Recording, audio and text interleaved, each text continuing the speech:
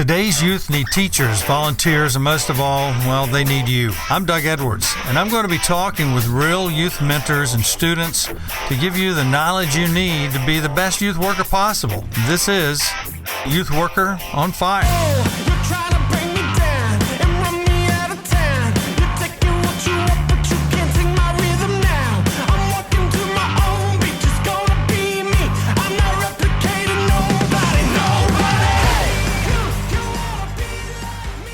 I thought this was a great outline for anybody who is living. Doesn't matter if you're in a job, a ministry, if you're a business owner, business creator, investor, whatever you are, these 3 points. If you're going to do something that's going to be good, great, or magnificent, you're going to need 3 types of people in your life. One is a mentor. You're going to need somebody that has already been there before you. Why do you want to try to recreate the wheel? Jesus was already the creator. He came into the whole game, lived for 30 years, and then the last 3 of his years, he invested into people. But the first 30, there was all kinds of things that you could come up with on why Jesus didn't enter ministry till his last 3 years. And yet what he did has lasted several thousand years already, and developed hundreds of thousands, millions, and billions of people over the centuries because of those 3 years. So he didn't necessarily need a mentor, but we need a mentor, and he's our mentor. But also he brings other people in our lives and who mentor us, and then we become mentors to other people. In my life, I had mentors in music, and then when God transitioned me from music to student ministry, I had Youth for Christ as the group that set up ministry for our mentors for me. And it was the 3rd year into ministry with Youth for Christ that I finally realized maybe I know what I'm doing, because a guy by the name of Andy McDaniel entered in, who ended up developing cities across the United States. The second thing that you need is an investor. Investor is someone that keep you moving and able to function, because if there's no money, there's no way to eat. There's no way to pay your bills. There's no way to build ministry with outreach, with getting the word out, with investing in materials for people, different things like that. So you would need investors that are going to believe in you and believe in the ministry that you're a part of. I had the first big one was Johnny Cash, who literally raised millions and millions of dollars across the United States for Youth for Christ with his Johnny Cash special. And it was that special that raised the money that ended up eventually getting me into the program, along with many, many other people across the country. So the workers were able to hire more workers, and Scripture talks about that. The harvest is ready, but the laborers are few.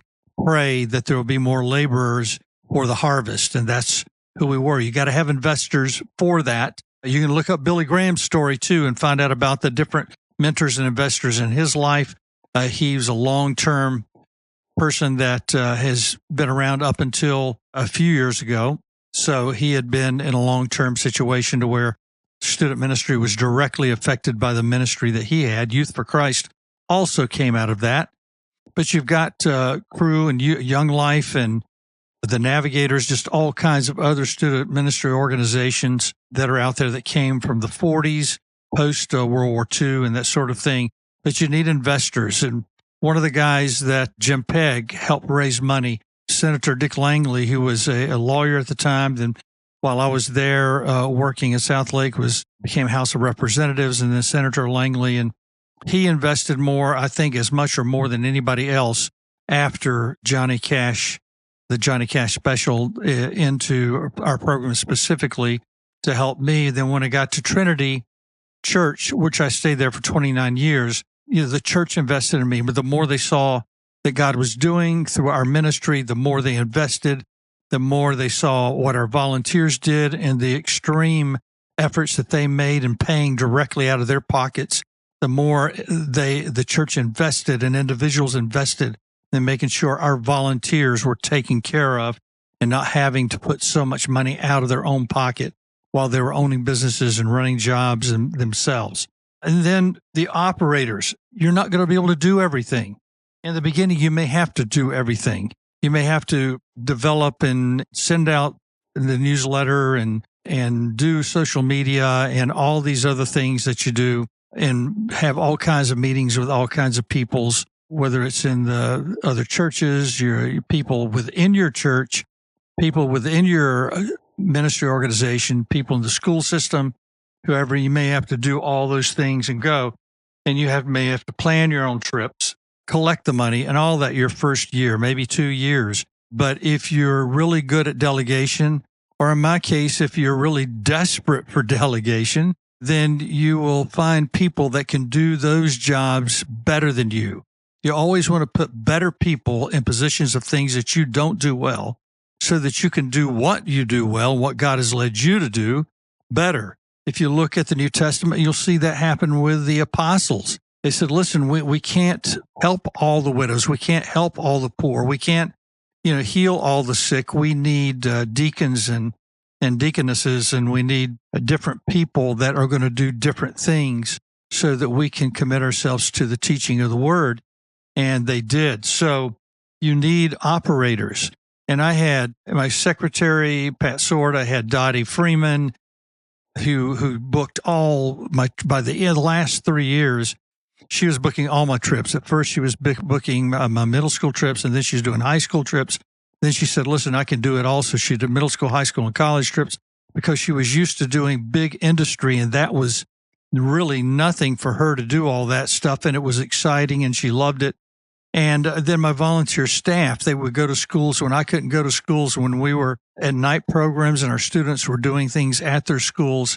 I have people, my secretary who could type 100 times faster than I could type, who would get my letters out and newsletters and calendars and all these things. And she knew what I would need and what I'd want. And many times I would just say, hey, here it is. You do the artwork, do what you want to do with all those things. Then I had other people that started organizing the meetings because I was running 3 different levels of student ministry. Now, why I said there's a lot of people that could do things a lot better than me is because some of you know that God has put you into student ministry or in some kind of ministry, that you know that in your DNA, how you're created, the way your brain works, that you don't qualify for this position or those positions. I want you to know, I did not qualify on paper for student ministries. There's no way. If you were to look at who I was and my qualifications, you would say, there's no way he should ever do anything like that. It's too much about organization. It's too much about being on time for this, that, and the other thing. It's too much about, and you would look at the things that I was good at and qualified to do, and you would say, he's not qualified. He can only do a couple of these things. And so out of desperation, God showed me through Youth for Christ how to delegate, and then bringing it in to this church program and going, I need you and you and you and you and you. And he brought people around me and around the ministry that could do all the things that I could not do, or that I did poorly or didn't do well. And it looked like a magnificent ministry because of all the operators that I had. So you need the mentor, you need the investors, and then you need the operators. So think about those things, see how God has lined that up in your life, and know that you can do all things through Christ who gives you strength, that all the investments that are coming to you, all the people that are coming to you to invest are being led by God. Your mentors are being led by God. It's up to you to sometimes say, will you? What I found out about mentorship is this: you don't ask somebody really to be your mentor. They either become your mentor or they don't. But to say someone, would you be my mentor? It's too much. Then it becomes like a job and like something we've just got to do, like everything else. But the mentors that God brings into our life, a lot of times are people that come naturally into our life. Some we might pay for a short period of time or do different things like that. But a lot of real mentorship comes with God just bringing people together that are pouring themselves into you because they see something into you. And I remember that Dr. John Maxwell said this in one of his leadership trainings, and that was, you don't want the same person influencing you and mentoring you in every area of your life and being the only mentor. He said, if you have one investor, one person that is mentoring you, then you're going to get not only their good qualities, but their bad qualities too. He said you need multiple mentors. And I will say this, you need multiple mentors, you need multiple investors, and you need multiple operators. See you next time on Youth Worker on Fire. You've been listening to the Youth Worker on Fire podcast. If you like what you hear, please subscribe and tell your friends. Also, leave a comment and tell us what you think. Stay tuned for more informative episodes.